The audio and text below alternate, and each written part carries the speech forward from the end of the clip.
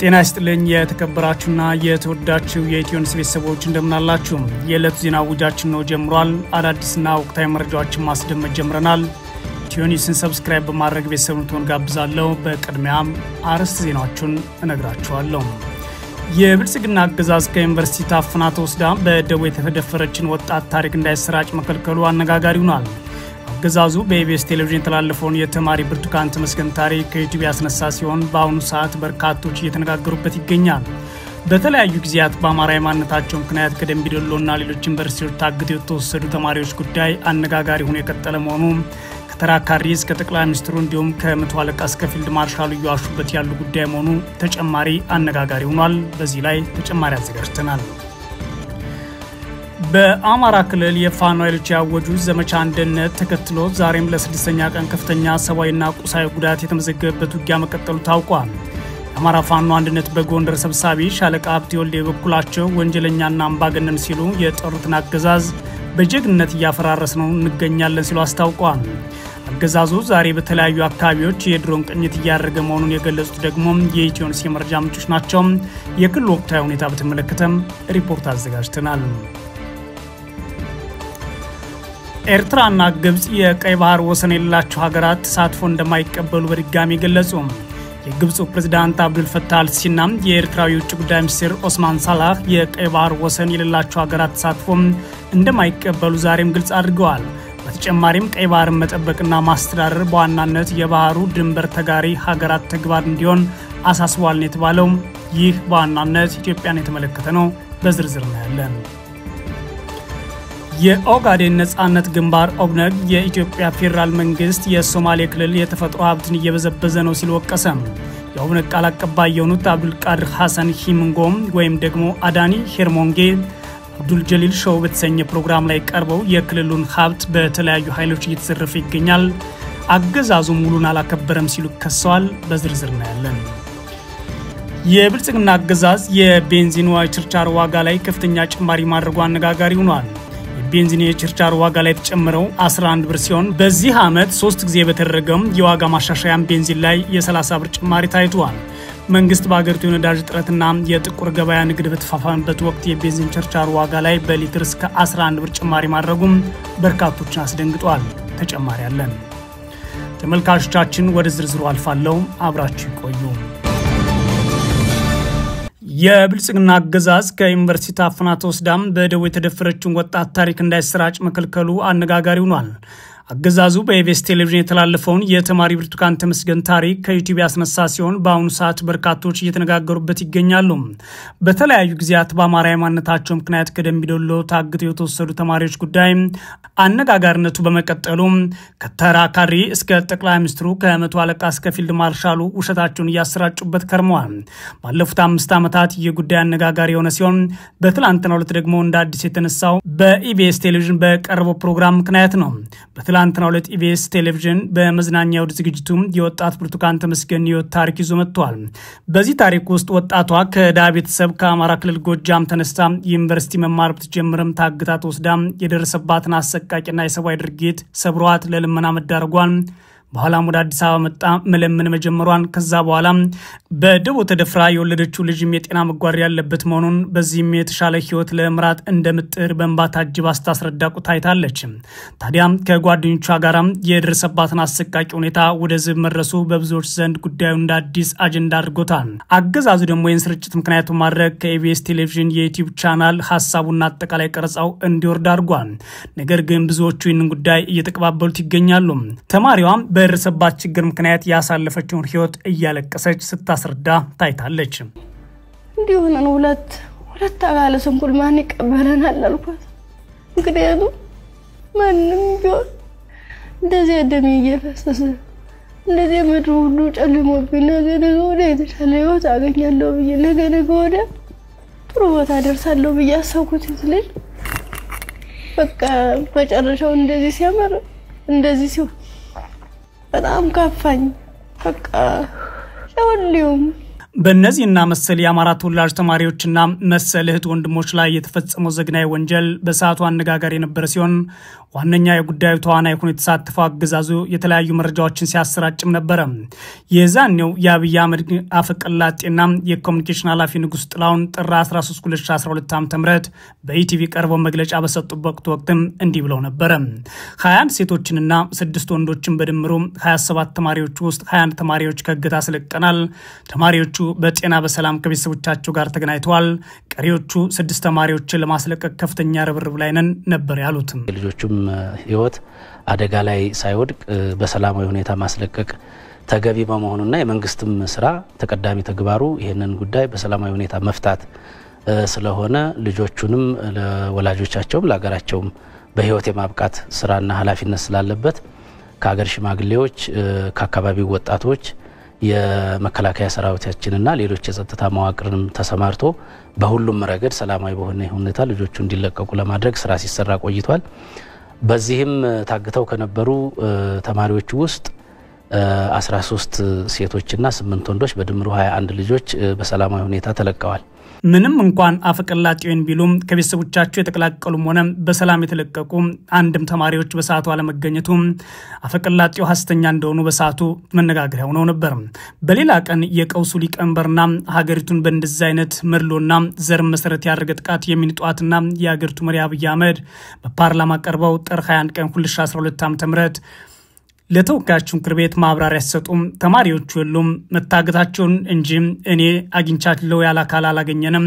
እስካሁን መከላከያም በስፍራው በሚያደርገው ጠንካራ ኦፕሬሽን አንድም ስፍራ የተጎዳ ወይም የተሰዋ ሰው ማግኘት አልተቻለም።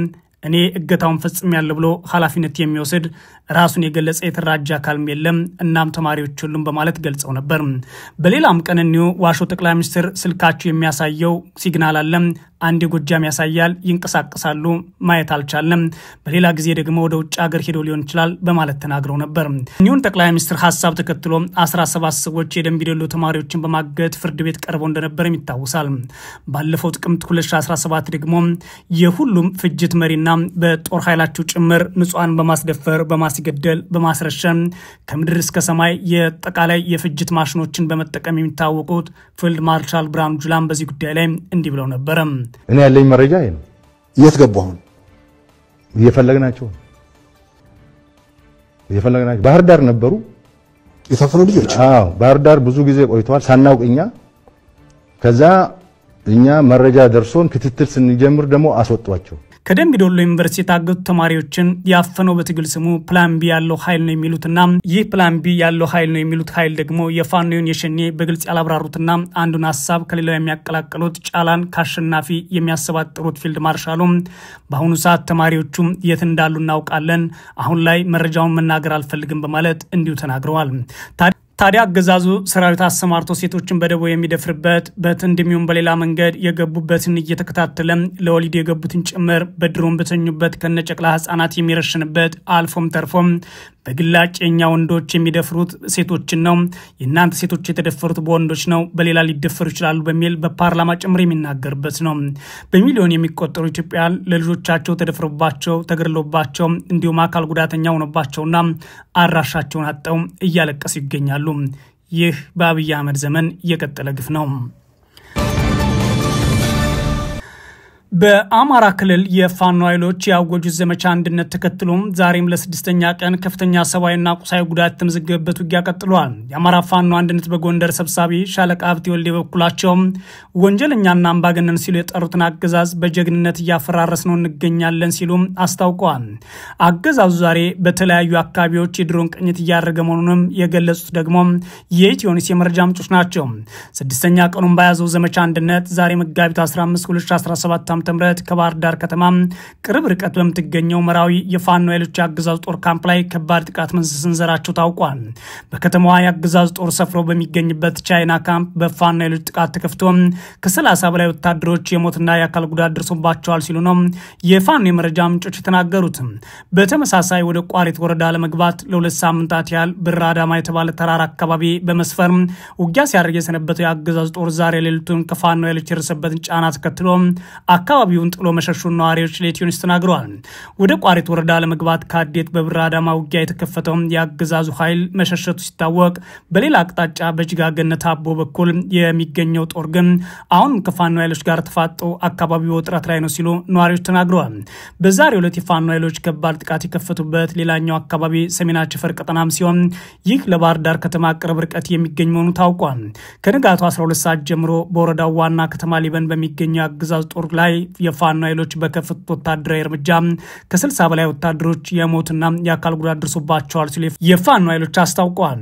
በዚህ ጥቃት በርካታ የጦር መሳሪያዎች በፋኖ ኃይሎች ሲማረክ የቡድን መሳሪያዎችና ወታደራዊ ተሽከርካሪዎች መቃጠላቸውም ተሰምተዋል።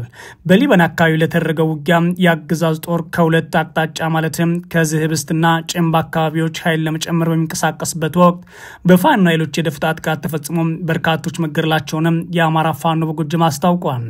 በተያያዘም በምስራቅ ጎጃም ዞን አንበር ከተማና ጃማ አካባቢ ከባድ ውጊያ መደረጉ ተሰምቷል። በዚህም ከፍተኛ ሰብአዊና ቁሳዊ ጉዳት ተመዝግቧል የተባለው። በተመሳሳይ በባሶ ሊበን ወረዳ ኮርክ ከተማ የፋኖ ኃይሎች በፈጸሙ ጥቃት የአድማ ብተና ፖሊስና ሚኒሻ አባላት ላይ ጉዳት መድረሱን የመረጃ ምንጮቻችን ተናግረዋል። በዚሁ በጎጃም ቀጠና የአገዛዝ ወታደራዊ ማሰልጠኛ ከሆነው ከብር ሸለቆ ማሰልጠኛ ማዕከል በመጥፋት በአንድ ሳምንት ብቻ ከ20 በላይ ሰልጣኞች የፋኖ ኃይሎችን መቀላቀላቸው ታውቋል።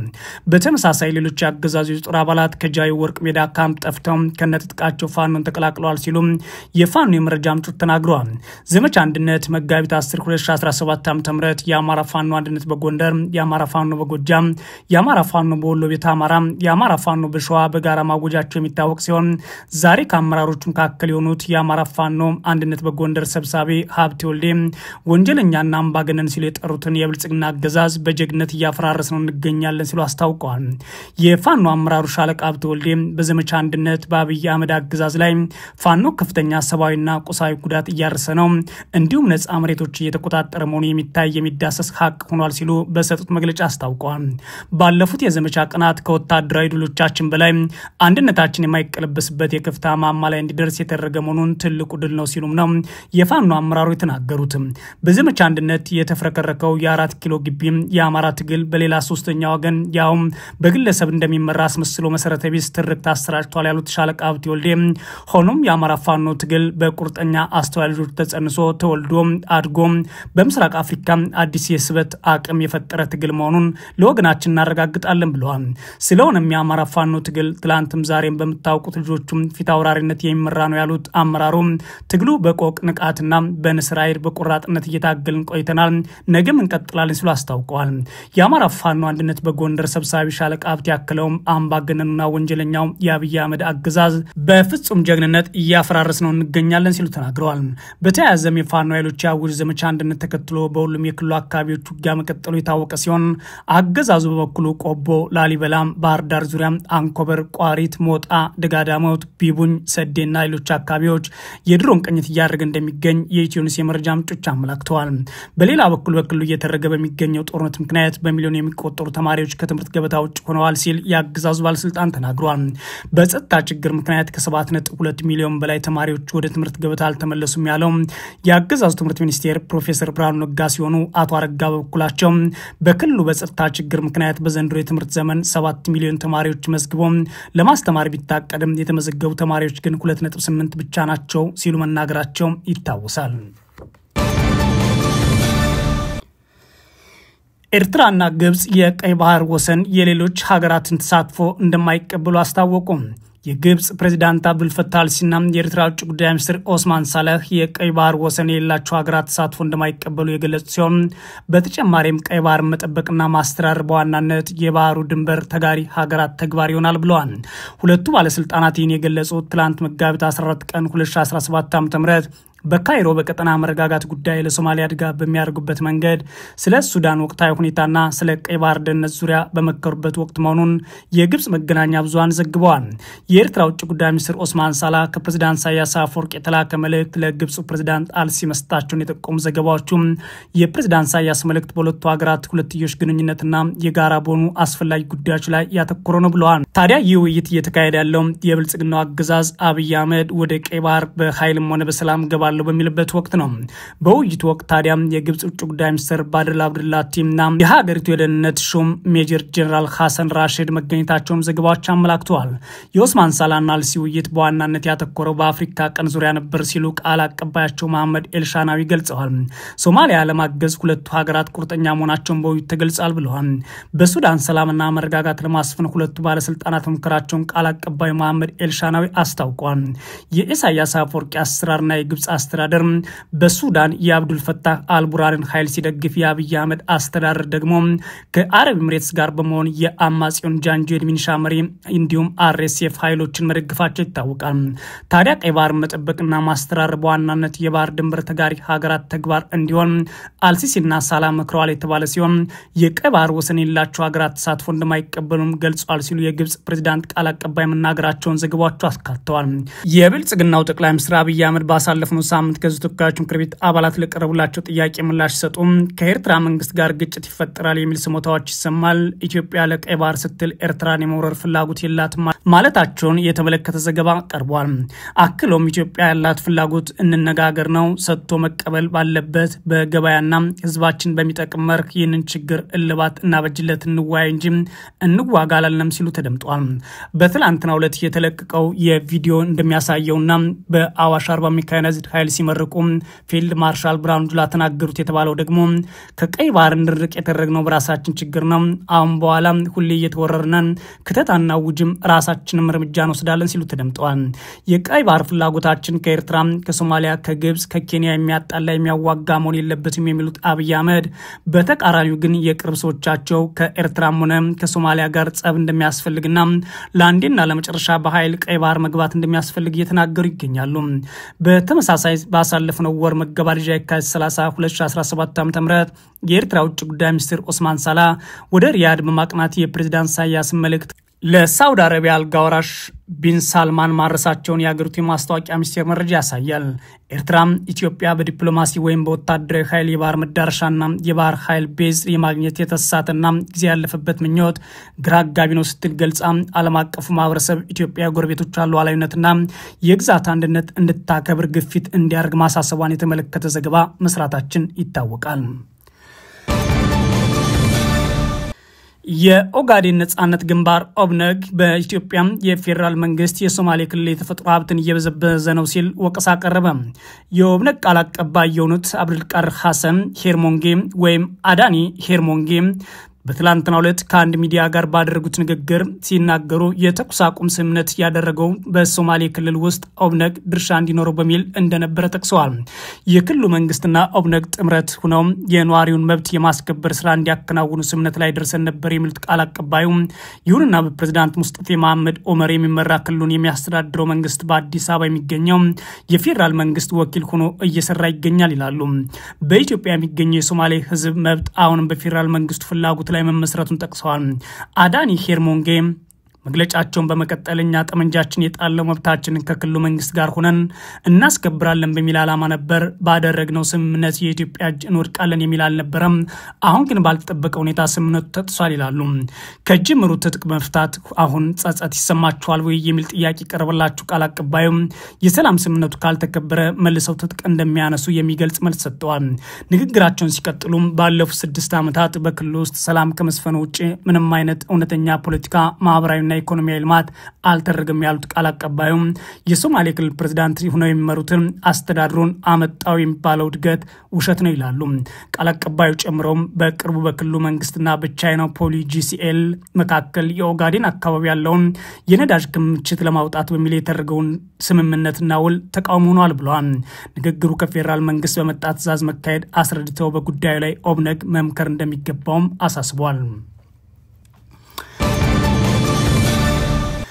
የቤንዚን የችርቻሮ ዋጋ በ11 ብር መጨመሩ እያነጋገረ ነው። በዚህ ዓመት ብቻ 3 ጊዜ በተደረገ የዋጋ ማሻሻያ ቤንዚን ላይ የ30 ብር ጭማሪ ተደርጓል። አገዛዙ በአገሪቱ ነዳጅ እጥረትና የጥቁር ገበያ ንግድ በተስፋፋበት ወቅት የቤንዚን የችርቻሮ ዋጋ ላይ በሊትር እስከ 11 ብር ጭማሪ አድርጓል። ከትላንት መጋቢት 14 2017 ዓ.ም ጀምሮ ተግባራዊ በተደረገው የነዳጅ ችርቻሮ ዋጋ ጭማሪ ቤንዚን ላይ በሊትር 112 ብር ከ67 ሳንቲም መድረሱ የተገለጸ ሲሆን ይህም የ11 በመቶ ጭማሪ አሳይቷል።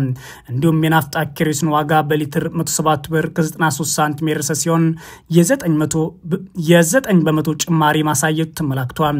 ማስተካከያው በየ3 ወሩ ከሚደረገው የነዳጅ ዋጋ ክለሳ አካል መሆኑ የንግድና ቀጠናዊ ትስስር ሚኒስቴር ወቁልኝ ብሏል። ይሁን እንጂ አሁኑ ጭማሪ ከዚህ ቀደም ከተደረገው ማሻሻያ በ3 ወር ባነሰ ጊዜ ውስጥ ድንገት የተደረገ ነው። በተለይም ታህሳስ 29 2017 ዓ.ም ያን ሊትር ቤንዚን ዋጋ 100 ብር ተሻግሮ 101 ብር ከ47 ሳንቲም የደረሰ ሲሆን የ11 በመቶ ጭማሪ አሁን አሳይቷል። የአሁኑ ጭማሪ ጠቅላይ ሚኒስትር አብይ አህመድ ፓርላማ ተገኝተው መንግስት የነዳጅ ዋጋን ለመደጎምና የኑሮ ውድነት ለመቀነስ ከፍተኛ ገንዘብ እየመደበ መሆኑን ከተናገሩ ከጥቂት ቀናት በኋላ የተደረገ ነው። በእርግጥ ጠቅላይ ሚኒስትሩ ከሚናገሩት በተቃራኒ እንደሚፈጽሙ የታወቀ ነው። ብዙ ጊዜ ያደርገዋል የሚሉትን በመዋሸት በተቃራኒ ያደርጋሉ። ታዲያ መንግስታቸው አሁኑ ሰዓት የገበያ ዋጋ በሊትር 129 ብር መድረሱን ገልጸው የነበረ ሲሆን በሊትር 28 ብር ድጎማ በመስጠት በሀገር ውስጥ ነዳጅ በሊትር 101 ብር እንዲሸጥ አድርገናል ብለው ነበር። አብይ ቀደም ሲል ለነዳጅ ድጎማ 72 ቢሊዮን ብር ማውጣታቸውን ተናግረው ይህም ቢሆን መንግስት በዝቅተኛ ኑሮ ደረጃ በሚገኙ ዜጎች ላይ ያለውን የገንዘብ ጫና ለመቀነስ በተለያዩ መሰረታዊ ልማቶች ላይ ከፍተኛ ድጎማ መስጠቱን ቀጥሏል ብለዋል። ከፍተኛ ጭማሪ ካሳየ ነዳጅ ዋጋ ጎን ለጎን ሀገሪቱ ከባድ የነዳጅ እጥረትም እያጋጠማት ይገኛል። በተለያዩ የሀገሪቱ አካባቢዎች ያለው የነዳጅ እጥረት ሲዘገብ የቆየ ሲሆን ለአብነትም በቅርቡ አፋር ክልል የባጃጅ አሽከርካሪዎች ለዓመት በሚጠጋ ጊዜ ቤንዚን ከማደያዎች ማግኘት አለመቻላቸውና በዚህ ምክንያት በጥቁር ገበያ 1 ሊትር በ300 ብር ለመግዛት ተገደዋል። እንዲሁም በኦሮሚያ ክልል አዳማ ከተማ የሚገኙ አሽከርካሪዎችም ተመሳሳይ ችግር አለባቸው። በአማራ ክልልና በትግራይ ክልል ደግሞ ችግሩ የባሰ ነው። አመታትን አስቆጥሯል። በተለይም በአሁኑ ሰዓት በአማራ ክልል በሊትር 225 ብር አንድን ቤንዚን ሲገዙ በተለይም ደግሞ በትግራይ ክልል ደግሞ 350 ብር በሊትር በጥቁር ገበያ እየገዙ ይገኛሉ ተብሏል። ችግሩ በመላ ሀገሪቱ ተስፋፍቶ በሲዳማና ሌሎች የክልል ከተሞችም ተመሳሳይ ነው። በአሁኑ ሰዓት አገዛዙ በአዲስ አበባ የህዝቡን የኑሮ ውድነት ለመቋቋም በማያስችል ሁኔታ የነዳጅን ጭማሪ ማድረጉ ብዙዎችን እያነጋገረ ይገኛል። የተወዳጁ የኢትዮ ኒውስ ቤተሰቦች የዕለቱ መረጃዎች እነዚህ ነበሩ። መልካም ጊዜ ነው ያለው።